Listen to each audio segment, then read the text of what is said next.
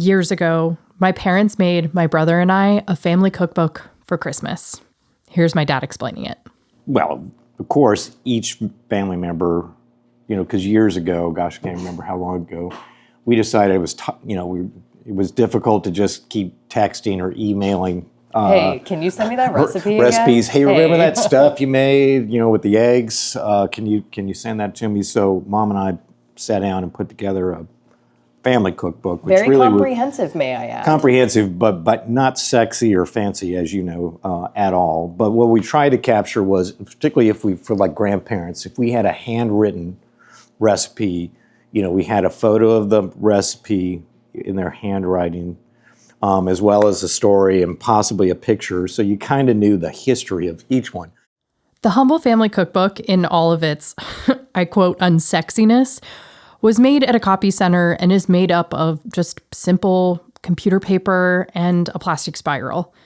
Its pages are decorated with color photos of the recipes or whoever it was that championed the recipe in the first place. I really do remember the day that I opened this present, and despite its overwhelming simplicity, I felt so appreciative that my parents would take so much time to compile such a special documentation of our family's heirloom recipes. I just felt like it was a really special thing for them to do. In a twist of irony, I actually cannot carry my copy of the cookbook with me because I live on the road, so my parents actually still have to text or email me pictures of the recipes when I need them.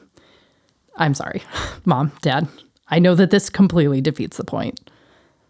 But whenever I'm home for the holidays, the family cookbook is always on the counter. It's being used to cook up some classic family recipe, such as cheese straws and sugar cookies, which will definitely be mentioned in this episode. But nowadays, the cookbook is stained from years of being present for so much food preparation.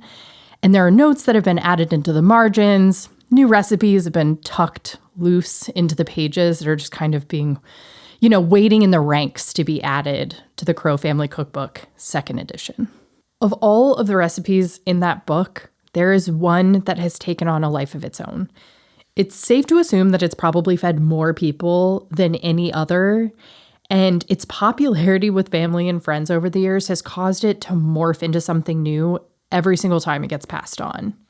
Which is why, in this episode, I wanted to retrace the steps of this mysterious and vague recipe for Kalua Pork.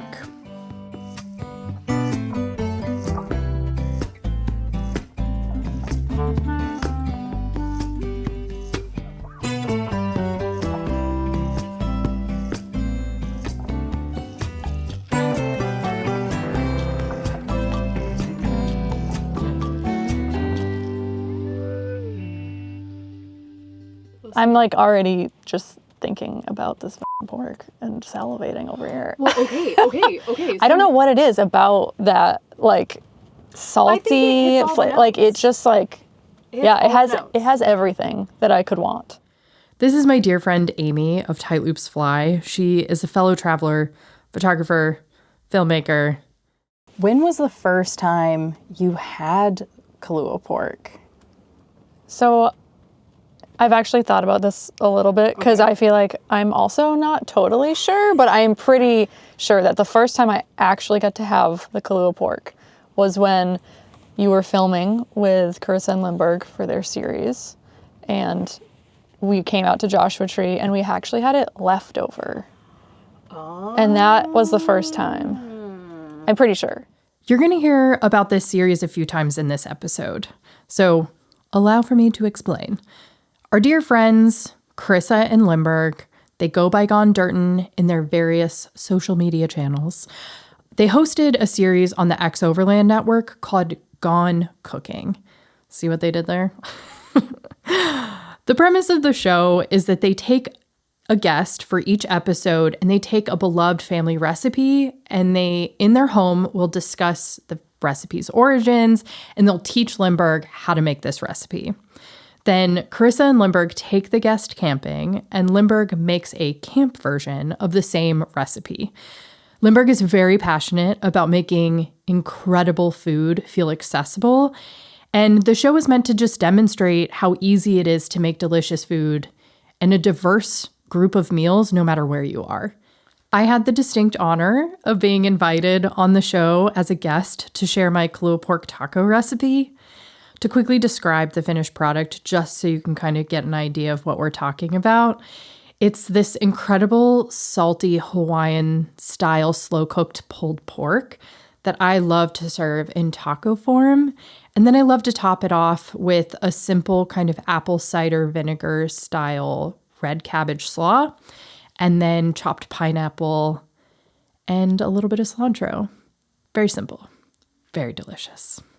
I don't have any memory of having it before, but I knew of its existence before because it was something that you had talked about your dad and like the whole family history. The lure, yeah, there was a lure around the Kalua pork, and then finally got to have it. But I actually think that the first version that I ever had, and like maybe only have had, is Lindbergh's camp version because it was left over.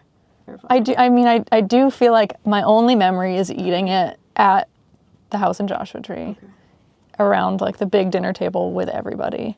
And I can like vividly remember the first bite and just being like, oh my God. Oh, like this is like next level.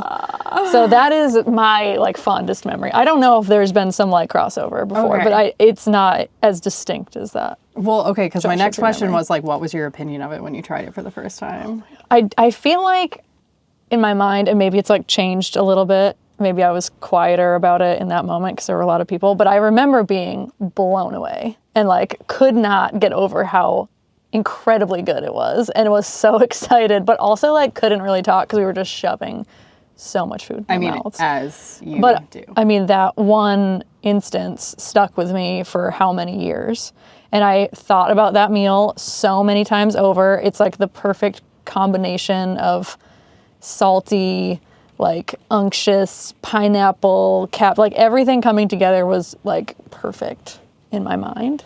And I just thought about it over and over again. And it's like really sad that it took me that long to actually make it myself. So when was the first time you decided to make it for yourself? Yeah, so this past holiday, 2024, I was with my family in North Carolina, and we were putting together a little menu leading up to the holiday. And my mom and I both really love food and like to make special things around holidays, and I was going to make something that I always make over and over again, which is a chickpea dish, which is solid. Is a solid dish, but it's not particularly exciting or festive or, you know, out of the ordinary. It's something that Chase and I would eat on a regular basis.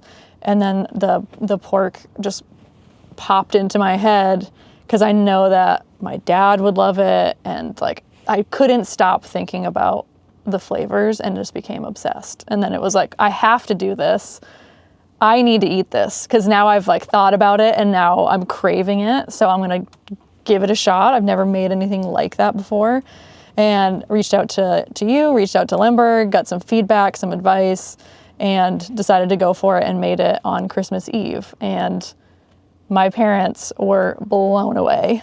Like the look on my parents' faces when they took their first bite, I think they were skeptical. They were kind of like whatever, like it's quite a colorful, some like barbecue-y pork dish. Like they really like sweet and savory and salty things together. So I knew that they would love it, but I don't think they were fully prepared for exactly what they were about to taste. The flavor explosion. Yeah.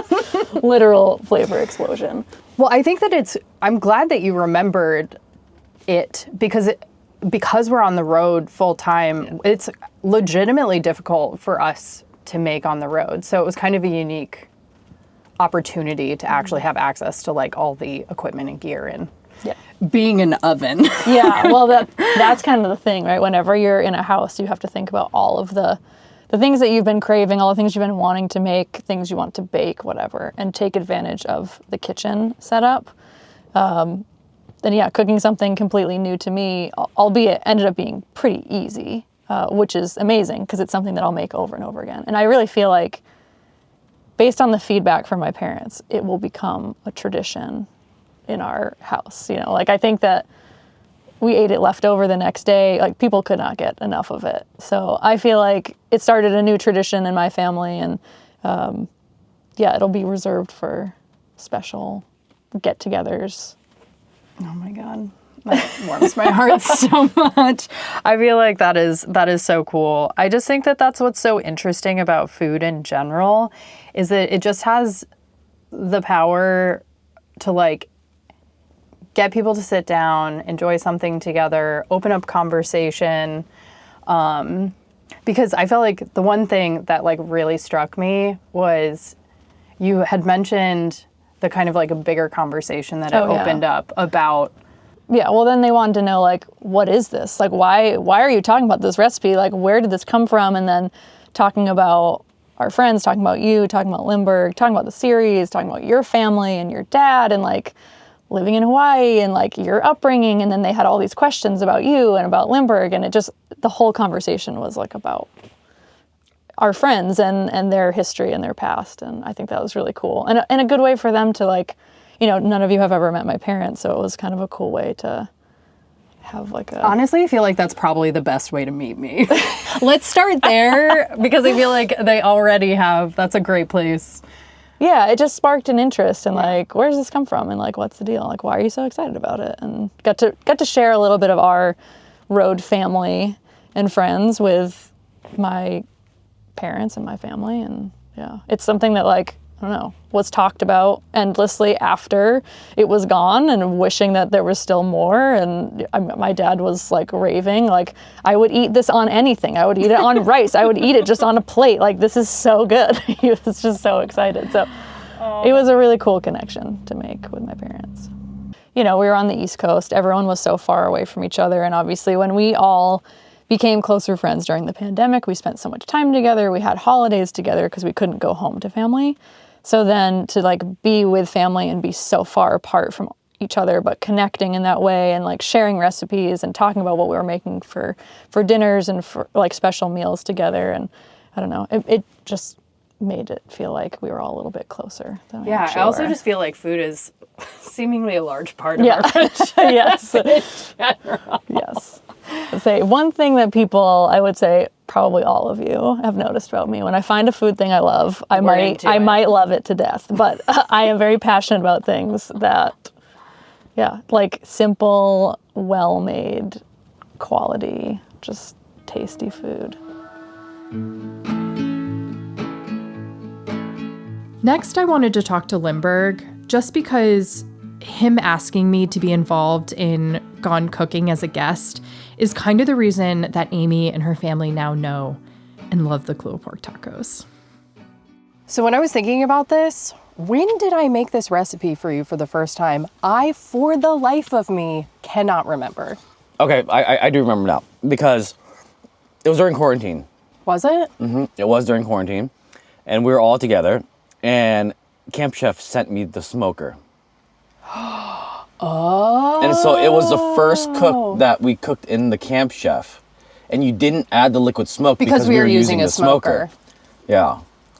So that was the first time. Okay. Wow. This is so happening so much late or like earlier on in our relationship than okay. So what was your thoughts on that recipe? So my thoughts originally is like it was very, very good, but it was incredibly salty. Yeah. I think it's because like we were talking about soy sauce earlier. Mm-hmm. That Kikkoman soy sauce is super duper salty, right? And then when you add it with whatever your dad's recipe was, it could have been added too much salt, I think. I completely agree. And so that's actually something that my dad and I came to literally this past Christmas, so like a month ago, when my dad and I were making the recipe together. I completely agree. And I think that ultimately that's probably why I started turning it into a taco and then adding the pineapple, because I was trying, back when I was making this recipe a lot for just like Owen and I don't think that I felt confident in myself as a cook to like really deviate, you know, to like experiment and to, so like that's how I combated something that I was realizing as maybe being not quite to my personal taste. So I just like combat it by, I was like, just put some pineapple on it. No, I mean, it worked. It does work. And I think we ate it. We had such a big batch that time, and we ate it for like 5 days straight. I feel like whenever we're at your house, though, that's kind of how we cook. That's Like true, big batch. Big batch. Eating it for Yep. multiple days. We did nachos, we did tacos, we did quesadillas, all Yeah, kinds of because like things. when you make pho, like Yeah. we eating that for days. We eat that for days. Yeah. Yeah. I just wanted to ask you, what makes something good to you in terms of food? I think what makes things good for me in terms of food is like the food has to tell the story of what I'm eating and who I'm eating it from, right? And I think that's more important than anything else because every single culture cooks differently and every single culture uses ingredients differently. And in that sense, like you have to be able to see through the food to see the culture, right? And then if somehow the food is so good, because it's an intangible, right? This goodness is intangible.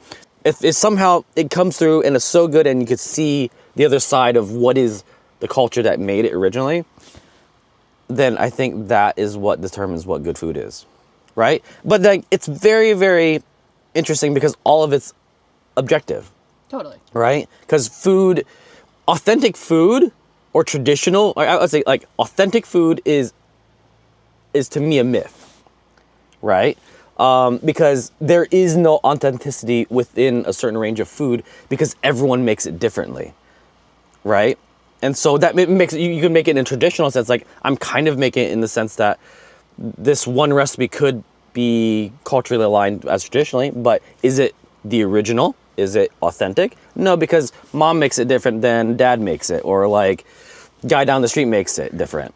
Okay, thank you for bringing this up. And honestly, when you asked me to be on X Overland and to share this recipe, I didn't really feel like I had a right to share it because this is a recipe. Well, it's so complicated. You know, like I'm a white girl. I am a white girl, but I was sharing a recipe that had lineage in Hawaiian food. And that was a place that I lived. I had a lot of friends that were Hawaiian and like assorted like Polynesian cultures. So that's how that recipe came to us. But then I also have a deep love for Mexican food. And so the version of the recipe that you came in contact with was my like a white girl's perspective on a Hawaiian pulled pork recipe, like mashed up with her love for Mexican food. It's like 3 times removed or whatever, and right? And it does feel like I did have this feeling of like, do I have a right? So I guess like my question is, why did you invite me to share that recipe Because on your show? I originally invited you to share with me that recipe because it has so much history with you, right? And I have history with you, right? And we have a ton of history together. And to be able to share something that you've had history with someone with the history with, and then even go even more deep with history, that to me is like really exciting to me. And yeah, it might not be like a pig dug in the ground in the great state of Hawaii, but the fact that like it's yours, that it was your dad's, and then it became yours, like that is its own authentic version, right? Yeah, absolutely. So, I think that I appreciate that because I in no way take claim to any of this. It's just a series of inspiration that's like come from different life experiences that's been fused into this thing that I love to share with my friends. And I think it's so cool that now you are a part of the lineage of this recipe, which I just think is so cool. Okay, so how did it feel when Amy texted you and I over Christmas and you heard that she was going to try to tackle a combination of your and my recipe of the Kalua pork tacos? One, I was really, really excited because I know how like not really confident Amy is with her cooking. And so this could be, from the outside, this could be an incredibly difficult dish to look at. Like anything stewed, as from like someone that's like not super comfortable with cooking, could be really intimidating. Yeah. But once you do it, it's super easy. So I was really excited for finally just do it, right? Let's do this. Because it's not like every single time people say, like, I say to people like, this recipe is not hard. right? And they're like, no, it's because you're cooking it. I'm like, no, this recipe actually isn't hard if you take the time to like learn it and do it. Do you think that people are just intimidated by the fact that somebody they see as being good at cooking made it, so they just don't feel like there's any way that they could ever replicate it? Yeah, there's it's like an intimidation It's an intimidation factor, right? Yeah. So like in my personal experience, I have a lot of people around my life where I go like, I would love to eat your food. I love to eat this dish that you I posted. have been around you when you've said this, and everybody's all like, absolutely not. Right. And it's like, I'm like, no, I want to eat there's no perfect version of this. I want to eat your food because I want to eat your I felt food. that for a long time about you. But now, whenever I feel like I can make something for you and blow you away, it feels like a huge honor. And when I make something that I feel like turned out well, I'm like, I can't wait to make this for Lindbergh. So when Amy brought that up, and I was like, oh my gosh, she's finally doing it. Right? I was like, Amy, it's not hard. This is just follow the recipe to a T. You're good. And you're good.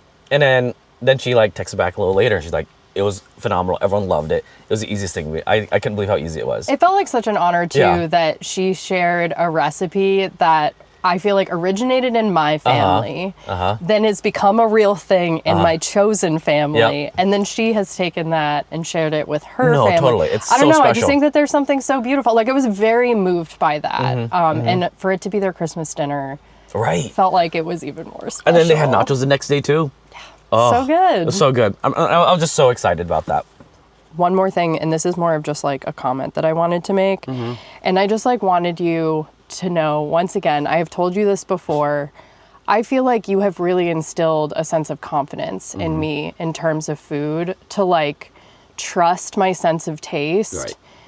And if I feel like something needs to be adjusted, to feel comfortable and confident in my ability to experiment. And I think that has been born of me cooking alongside of you now for so many years. I think that's amazing. Yeah. I feel like I love that some of my fondest memories with you is us in the kitchen. And I'm going to use that very generally because a lot of times that's outside. It's outside. Yeah.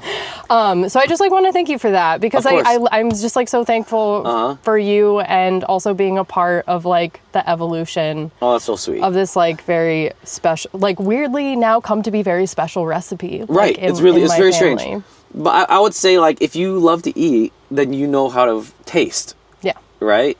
And so I just think it's the trust is like, in putting those two things together is very challenging. Yeah, it's a confidence that you have to build. Yeah, for sure. Well, but I'm glad you have it. And thank you for that confidence. Oh my gosh, I love cooking with you. So. I love cooking with you too. Thank you, Lindbergh. Of course. From one podcast-loving friend to another, I wanted to recommend one that I love. Wild Ideas Worth Living is REI Co-op's award-winning show that will inspire you to chase down your biggest and boldest dreams. Hosted by journalist and adventurer Shelby Stanger, Wild Ideas Worth Living features stories from people who took the path less traveled and brought their wildest ideas to life. Guests include people who have walked across America, set fastest known times, summited mountains, and cycled around the world. These sound like our kind of people, right? You can find REI Co-op's Wild Ideas Worth Living wherever you listen to podcasts. Tune in today. Hey there, Mac here. I don't know why I said that. It's always Mac. Anyways, if you're enjoying Camp Nowhere, maybe you would want to consider checking out our Patreon. By joining, you'll get access to a ton of cool things, such as the ad-free version of this podcast, early screenings to our films, behind-the-scenes glimpses into life on the road, and a whole lot more exclusive content. Plus, your support helps us keep creating and improving as multifaceted storytellers. We legitimately could not do it without you, so a big thank you to everyone who has already joined us in our sunny little corner of the internet. If you're curious, take a spin around at headnowhere.com/Patreon. See you there. This story would obviously not be complete until I learned the exact origins of this recipe and how this Hawaiian pork dish came to be so beloved in my family. And for this, I turned to my dad. I got my love for cooking, eating, and learning about new cultures via their food from him. It's always so much fun to sit down and talk about food with my dad, but on this occasion, I wanted to know plain and simple, where did the Kalua pork recipe come from? How did... I think you're about to get a lot more than you were bargaining Yeah, I'm for. sure. I thought I knew where this recipe came from, and turns out I don't. All right. How did the recipe for Kalua pork come into our family? And when, obviously. Okay. When is probably easier than the definitive how. When would have been about 2002, 2003, somewhere in there, when we moved to Hawaii. What'd you say? My mom is whispering from afar. 2003. We had already moved from Hawaii. So Yeah, because 2000, we were in graduating class of 2000 at Leavenworth. Yeah. And we went to Hawaii for 3 years. And so it probably took a year for them to get going in the swim team. And you think it was at Pearl Harbor, which would be our without a second. doubt. So that's our second location within Hawaii. That's when So approximately 2002, approximately 2003. Yeah, somewhere 2002, 2003. And it was because you and your brother were both deeply involved in swimming with the Pearl Harbor swim team, which served as much a social aspect as it did, an activity type thing. And because the Hawaiian culture is so family oriented, it isn't just show up at the swim meet. You're going there to eat. You're going to eat. Going to eat. And there was, the three stays that were at every swim meet with spam musubi, of course. Somebody would have a version of Kalua pork or pulled pork, and then the other one would be either lumpia. Yeah. Gosh, there was another one I'm trying to think of. Oh, Spring rolls? No. Portuguese fried rice, which was just out of this world. Yeah. And so those were like the three staples that kind of came out of the fried rice, the spam musubi, and then the pork. And, Mom, I'm quite sure at one point said, oh my gosh, what is this? I got to have it. Oh, it's so easy to make. It's a pork recipe. And we think what happened is somebody probably dictated it and she wrote it down. That's why if you look in the family you think that's cookbook, why it's so simple. well, that's why it's so streamlined. Oh, it's easy. You just do this, do that, throw it in a pot, you're good. Cook it for a couple hours. Yeah, and so it's fuzzy. We know it came from there. Knowing how the relationships, work, Mom's probably the one that Procured. that reached out or had somebody give it to us. And so from that point on, we started doing it whenever there was a big event or we needed to feed, the hordes.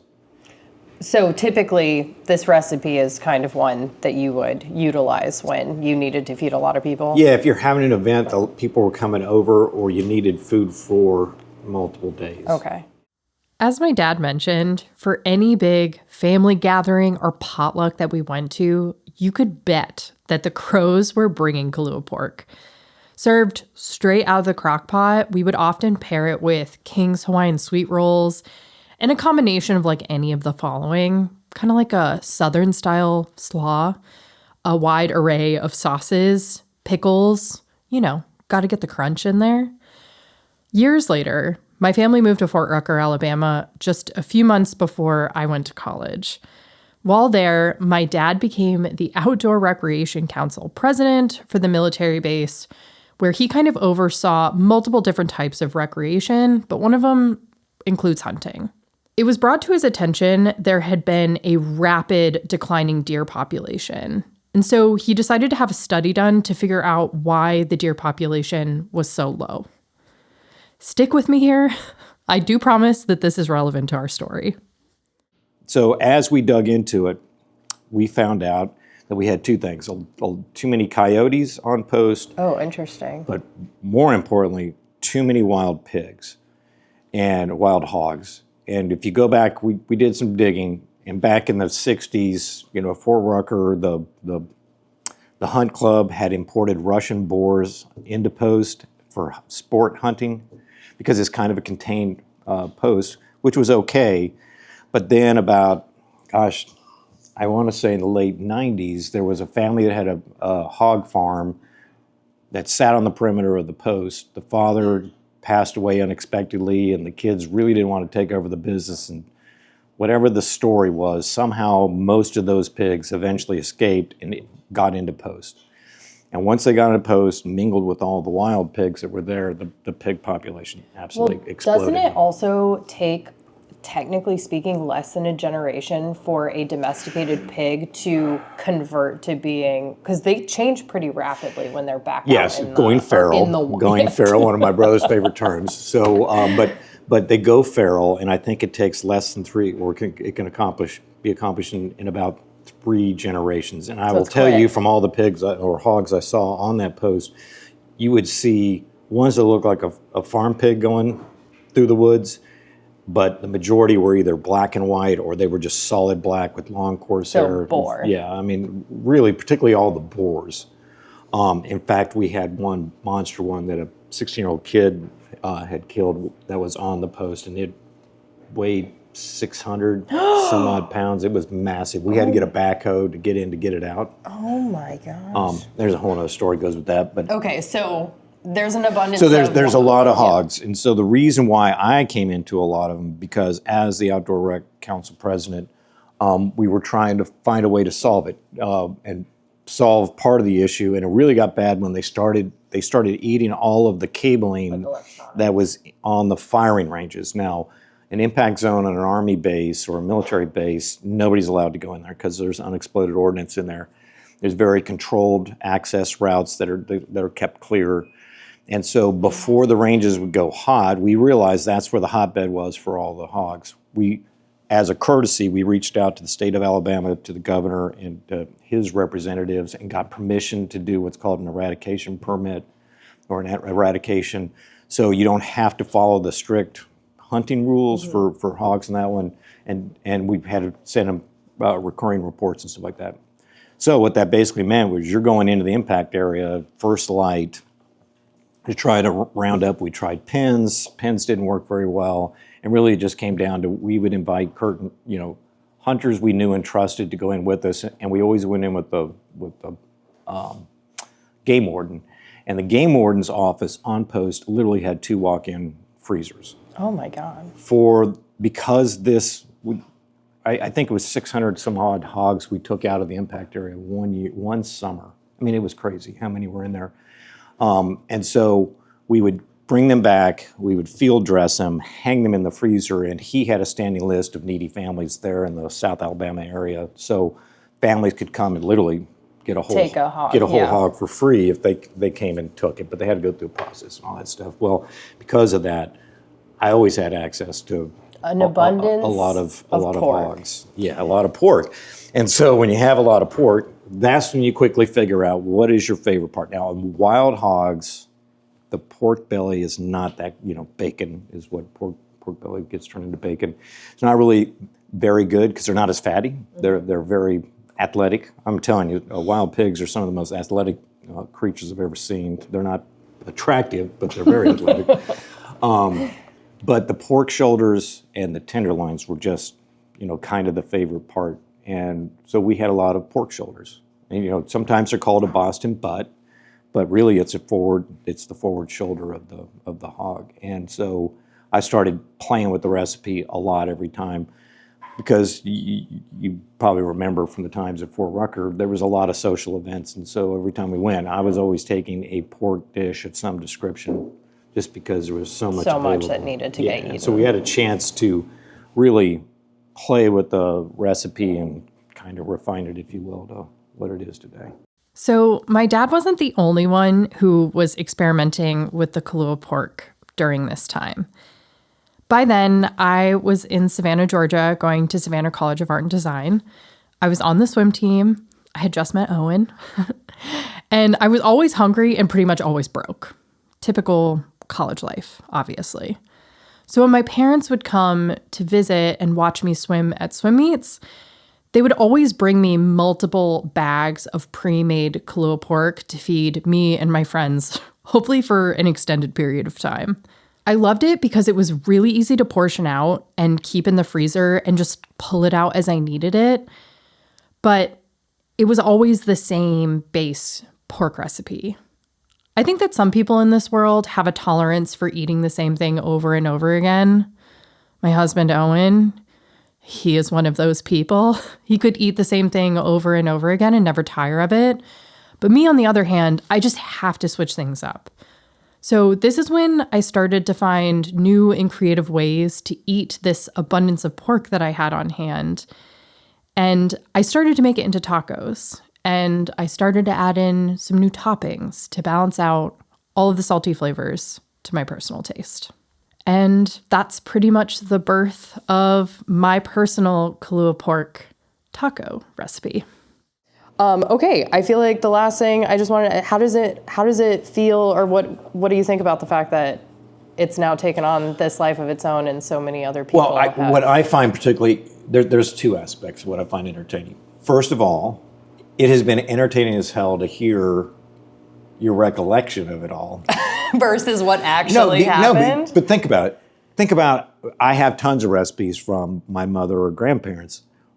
What I remember, if they were alive to ask, I'm quite sure they're going, oh God, no, I got that, out of a Betty Crocker cookbook. Yeah. But somehow you associate it with, kind of key moments or happy times within your family or friends or an event. Mm-hmm. And so for that, I find it fascinating how recollections, for example, every Christmas, cheese straws from your grandmother on your mother's side, and her sugar cookies. Yes. That's my great-grandmother. So, right, you're right. Both of your mother's grandmothers, so your great-grandmothers, both of your mother's great-grandmothers, each had a recipe we can't reproduce. Just can't do it. We have them. We literally have them in handwritten form from them. I've tried everything. And for years. I can't replicate it the way that they did. It doesn't stop us from trying. But again, it goes back to, because it's such a happy memory for her, it takes her right back to her childhood, growing up with her grandmother making these recipes, this cookies or cheese straws, which is what the two recipes are. So they're in the cookbook, but they're kind of there like, try it if you dare. But the other thing I think that's cool is how each of these recipes, be it the pulled pork, be it the Kalua pork, be it sugar cookies or cheese straws, that we each get to kind of put a twist on it. Now, what's different about these is the fact that the pork is forgiving and each has got its own vent, and each one brings a different flavor profile, where the cookies and the cheese straws are one of those that it's a bar we can't get over for some reason. And they all seem to be, lesser than the original. So it's one that's not quite as enjoyable because you don't spread it as far because you feel like you haven't done it yet. I'm not ready to give the recipe to somebody else and say, oh, you're going to love this. The funny thing is, though, anybody who has those cheese straws or those sugar cookies, even when we have swung for the fences and sorely missed. Sorely. Every time I feel like those things are shared when people come over, everybody loves them. True. But it's not what you or mom knows it could be. But it's still good. You've seen it played out, for 30 years. Yeah. It's just like, oh, those things, they suck. Then I tried, but the oven wasn't right. The cheese wasn't the right kind of cheese. But now, taking it back to the Kalua pork, it seems to be the most ambidextrous, recipe that we have. Yeah. Because it has, I love the fact that it's spinning off. Well, it feels like everyone can execute it. And you can put your fingerprints on it, and it doesn't make it worse. It makes it different. Makes it better, or makes it a new thing. Makes it your own. Yeah.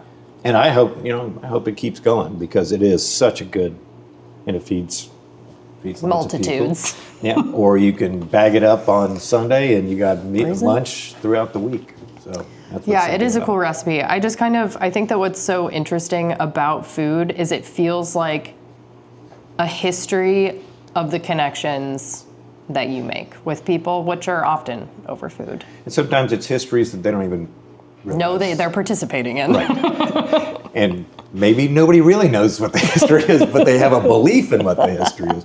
And the question that you get to, that I will leave you with, is, which one matters most? What you believe it was, or what it really was? Because belief, I think. Yeah. I don't know. Maybe. If it means something to you, then hold on to what you believed,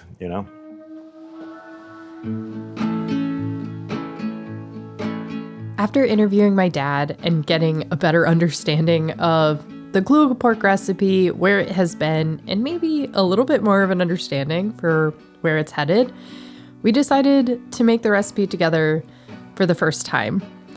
We also decided that we would use the original recipe as just a guide, and instead we kind of wanted to riff off each other in the spirit of the ever-evolving recipe. Okay, let's talk about the chunks. Well, I guess I so, understand his logic. Yeah. Okay, I understand his logic on the marinade and agree. But I think that he was also doing a shorter cook time because it was campified. That makes sense because here's why. Okay. When you keep it all together and you take it to the right temperature, Yeah. it breaks down all the fat and the connective tissues. Okay. And to me, keeping that all together, otherwise a lot of it's going to leach out into the sauce surrounding when you Okay. cook it. Does that make sense? It does. Okay, so Do you want me to get the So we're gonna need the soy sauce. How about Ono salt? You want to use Ono? Yes, or? I would like to use Ono. Assorted soy sauces are now on. I'm gonna roll this pork butt shoulder over, and I'm gonna do the Salt. salt on the top. other side, and then I think that you're good. Well, here's You're what's gonna- going to are happen. you gonna That Ono season it? salt, here's the thing that I'm somewhat concerned with is we're putting salt on salt. Well, that's why I did half and half. Okay. Because I felt like this is not as salty. I might not do all of that. I would do a light sprinkling because you just flipped it Because- upside down. Now it's in the. Right, because that has actually been my beef with this recipe as it is like I think that I've been using this And it's and such then a I use that salty- and then it's like so much salt, which is why I started putting the pineapple on it, was to cut Makes perfect sense. okay. Okay, so So are you gonna vacuum this? yes, now knowing what you know, if you'll turn it on its side, Yeah. because I think it'll fit better. Knowing what you know, is there something we want to add to this? I personally, okay, so I think that Limburg puts the toasted sesame seed oil in the slaw, but I think it's a really nice flavor, so I kind of want to do a little drizzle. Why don't you do a drizzle of that? I'm going to add 2 solid lime squeezes. Ooh, I think the lime will Because be I nice. think, because it's going to sit for a day, not quite 24 hours, that acid in there, although you already got acid with the soy, It's a different type of acid, though. it'll help break down the texture. I like it. Really and truly, I wouldn't say that his recipe is all that much different than mine. I think his is in the back end. It obviously has MSG in it, and mine does not. Oh, okay, we're good. We don't want to add any sugar either, right? Oh, no, the sugar goes in the slaw. I got light brown sugar though. I think that would I probably can not. put a little in there. I don't know. That sounds good. Okay, light brown's up there second. Exactly. Yeah, no, I agree. Pork's about the only meat that really takes sugar. And what that also does, because you know how the I love process. how we're just really experimenting at this rate. Well, because now we have 2 recipes coming together, right? Yes. So that means. Where this would you comes like out. the? Sorry, I'm wearing white. I didn't know it was spring loaded. I know, it is very spring loaded. Wow. Okay. That goes in there. This comes off. Goes in there.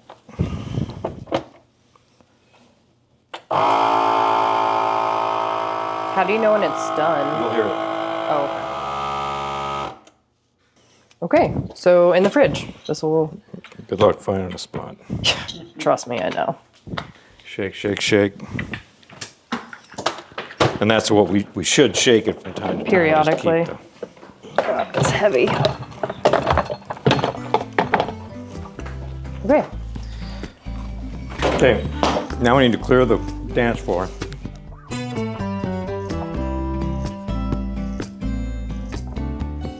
Days later, my dad texted me as he was finishing the leftovers of the Kalua pork that we made together, and he had mentioned that he realized that we entirely forgot one of the key ingredients that gives the pork its signature smoky flavor.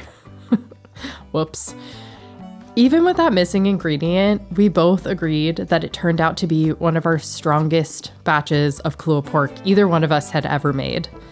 We ended up serving it in taco form, which is my contribution to the long line of alterations that have been made to this recipe. The evolution continues. I think that that's what I love most about food, particularly the food that we share with our families and friends. When we share a meal, we're inherently sharing a little piece of who we are, where we've been, and who we've previously shared a meal with. So every time I share my Kalua Pork tacos, they're coming from a white girl who grew up for a period of time in Hawaii, who has Southern roots and a very deep love for Mexican food. In the show notes of this episode, you can find a link to every form this Kalua Pork recipe that we have discussed, including pictures from the Crow Family Cookbook, as well as Gone Cookin's Kalua Pork episode. Thanks so much for listening.